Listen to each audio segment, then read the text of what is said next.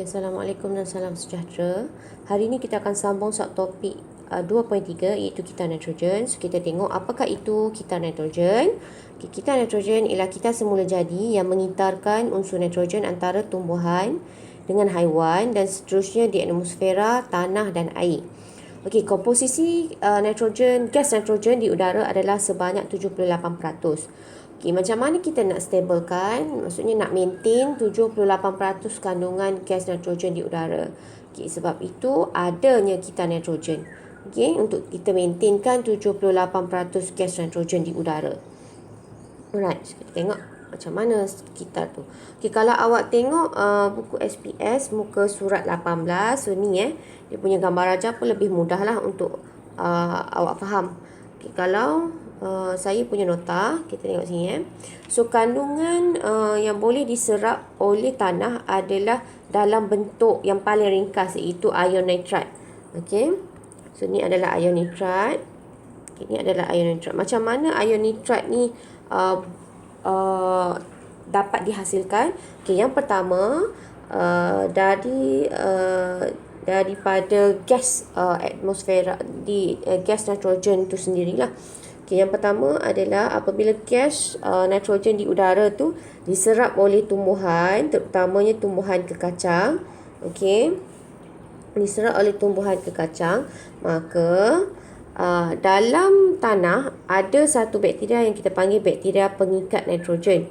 Okey, bakteria pengikat nitrogen ni dia bertindak balas dengan nitrogen. Okay, so dia akan pecahkan molekul nitrogen di udara iaitu N2. So dia pecahkan nitrogen di udara tu, gas nitrogen di udara, dan akan membentuk ion nitrate.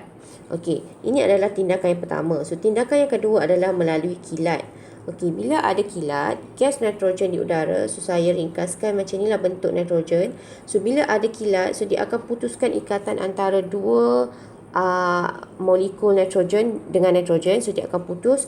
So satu ni dia akan jadi ion nitrate dan satu lagi ni pun dia akan jadi ion nitrate yang positif dan satu lagi negatif lah. So akan terhasilnya inilah ion nitrate. Ini adalah proses yang kedua. Okey, proses yang ketiga adalah melalui baja lah. Okey, penggunaan baja yang ada kandungan nitrogen. Okey. So dia akan hasilkan bila kita guna nitrogen tu, baja nitrogen, so dia akan larut dalam tanah. So dia akan split jadi ion nitrate juga. So ini yang ketiga. So seterusnya proses yang keempat, proses penghasilan ion nitrate adalah melalui protein haiwan lah. Okey. So apabila bangkai haiwan dan tumbuhan yang mati mengalami tindak balas penguraian, okey, diuraikan oleh bakteria dan kulat pengurai, dia akan hasilkan sebatian amonium. So sebatian amonium ni dia akan melalui proses tindak balas penitritan. Okey, proses tu dibantu oleh bakteria penitritan. Okey, apabila berlaku tindak balas penitritan, sebatian amonium ni akan ditukar menjadi ion nitrit. Okey, so ion nitrit ni pula akan melalui proses tindak balas penitritan. Okey, proses penitritan ni juga dibantu oleh bakteria penitritan. Okey, so bila ion nitrit melalui tindak balas penitritan, dia akan hasilkan ion nitrate. So ion nitrate yang terhasil dalam tanah ni, okey, kandungan dia akan meningkat lah. Okey, so ion nitrate ni sahaja yang boleh diserap oleh tanah. So sebatian amonium dengan ion nitrit tak boleh diserap oleh tanah sebab dia dalam molekul yang besar. Ion nitrate sahaja yang dalam molekul ringkas. So macam mana ion nitrate ni dia nak stabilkan kandungan dia, okey, 78% kandungan ion nitrate dan 78% gas nitrogen di udara. Okey, macam mana? So dia melalui proses, ada dua proses kat sini. Okey, so proses yang pertama, ion nitrate ni dia akan kurangkan kandungan ion nitrate dalam tanah melalui penyerapan tumbuhan lah, melalui akar. Okey, tumbuhan menyerap ion nitrate melalui akar. So ini adalah proses yang pertama. So ini kita panggil protein tumbuhan lah. Okey. So langkah yang kedua adalah pengurangan ion nitrate dalam tanah adalah melalui proses pendinitritan. Okey, dengan bantuan bakteria pendinitritan, okey, ion nitrat dalam tanah akan berkurang, so dia akan maintain pada 78%. Okey. So bila proses pendinitritan ni berlaku, pertukaran ion nitrat ke gas nitrogen di udara, okey, boleh menambahkan lagi kandungan gas nitrogen di udara. So kalau tadi gas nitrogen ni dah berkurang daripada tindakan kilat, daripada tindak balas pengikat nitrogen, so ada penguraian, so ada daripada baja kan, so semua gas-gas nitrogen ni dia dah berkurang, so kandungan nitrat ni akan bertambah. So bila penambahan ion nitrat, dia akan melalui dua proses, iaitu proses penyerapan oleh akar tumbuhan dan tindak balas pendinitritan. Okey, so gas nitrogen di udara akan bertambah apabila ion nitrat ni melalui dua proses ni tadilah. Yang pertama, ini yang kedua.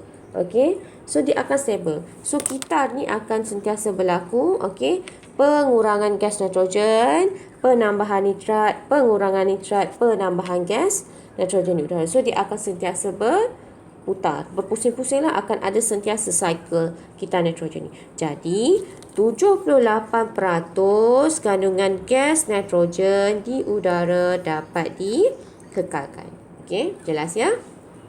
Seterusnya, kitar nitrogen, okey, tumbuhan hanya dapat menyerap nitrogen dalam bentuk ion nitrat sahaja daripada tanah melalui akarnya.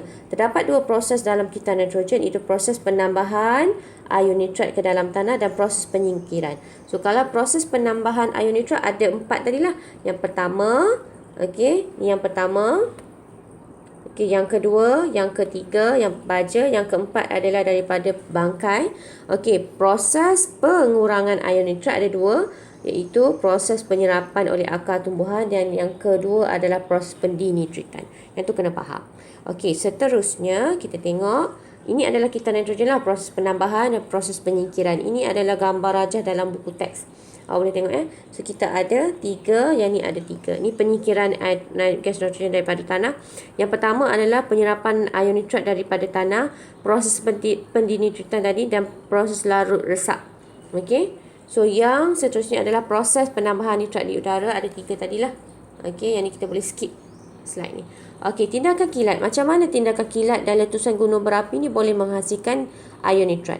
Sewaktu terjadinya kilat atau letusan gunung berapi, tenaga haba yang terbebas pada suhu yang tinggi boleh mengoksidakan nitrogen dalam udara untuk membentuk gas nitrogen dioksida. So daripada gas nitrogen, dia akan mengoksidakan. Okey, kita ada oksigen kan dalam udara. So bila ada kilat, once ada kilat, so gas nitrogen akan dioksidakan. Okey, so dia akan tambah satu oksigen. Okey, dioksidakan, so dia akan jadi gas nitrogen dioksida. So gas nitrogen dioksida ni dia tak stable. So apabila hujan turun, gas nitrogen dioksida dalam udara akan larut. So bila hujan, bila hujan kita ada air kan, air hujan, so dia akan larutkan gas nitrogen dioksida. So bila dilarut, dalam air hujan, lalu dia akan membentuk asid nitrik dan turun ke permukaan bumi. So dia akan hasilkan asid nitrik. So bila dia akan menghasilkan asid nitrik ni akan resak dalam tanah dan bertindak balas dengan mineral untuk membentuk ion nitrat. Okey, so ion nitrat ni bercas positif lah. Okey, hasilnya kuantiti nitrat dalam tanah akan bertambah. So yang ni adalah tindak balas kilat tadi. Yang ni. Okey. So, seterusnya kita tengok proses pengikatan nitrogen, bakteria pengikat nitrogen, iaitu pada tumbuhan. Bakteria pengikat nitrogen dalam tanah, air atau yang hidup bersimbiosis dengan nodul akar pokok kekacang, dia boleh menukarkan nitrogen daripada udara kepada ion nitrat. Hasil tindakan pengikatan nitrogen oleh bakteria pengikat nitrogen menambah ion nitrat ke dalam tanah. So ni adalah nodul akar tumbuhan. Ni adalah dengan bantuan bakteria pengikat nitrogen, so dia akan hasilkan ion nitrat. Seterusnya, proses penitritan. Apabila haiwan dan tumbuhan mati, bakteria pengurai menukarkan protein haiwan dan tumbuhan kepada sebatian amonia melalui proses penguraian. Kemudian, bakteria penitritan menukarkan sebatian amonia kepada ion nitrat, dan seterusnya ion nitrit dan seterusnya ion nitrat. So nitrit dulu baru nitrat. So tindak balas penitritan terhadap serbatan amonia akan menambahkan ion nitrat ke dalam udara. So yang ni kita panggil proses penitritan. Okey, ni adalah proses penitritan. Proses penitritan. Alright. So seterusnya kita tengok proses penyikiran ion nitrat daripada tanah. Kita ada 3. Okey. So kemudian yang pertama, proses penyerapan ion nitrat daripada tanah. Tumbuhan menyerap ion nitrat daripada tanah untuk memenuhi keperluan nitrogennya. So sebab tumbuhan pun dia memerlukan nutrien nitrogen ni juga. Okey, so jadi dia akan menyerap ion nitrat dalam tanah. So tumbuhan dia tak boleh menyerap terus gas nitrogen sebab dia sangat kompleks. So dia akan serap nitrogen ni dalam bentuk ion. Okay, ion ini juga digunakan untuk membentuk protein tumbuhan. Okay, apabila haiwan memakan tumbuhan, protein tumbuhan dipindah pula kepada haiwan. So bila haiwan makan rumput, so haiwan pun akan dapat protein tumbuhan tu sama. Okey, proses pendinitritan.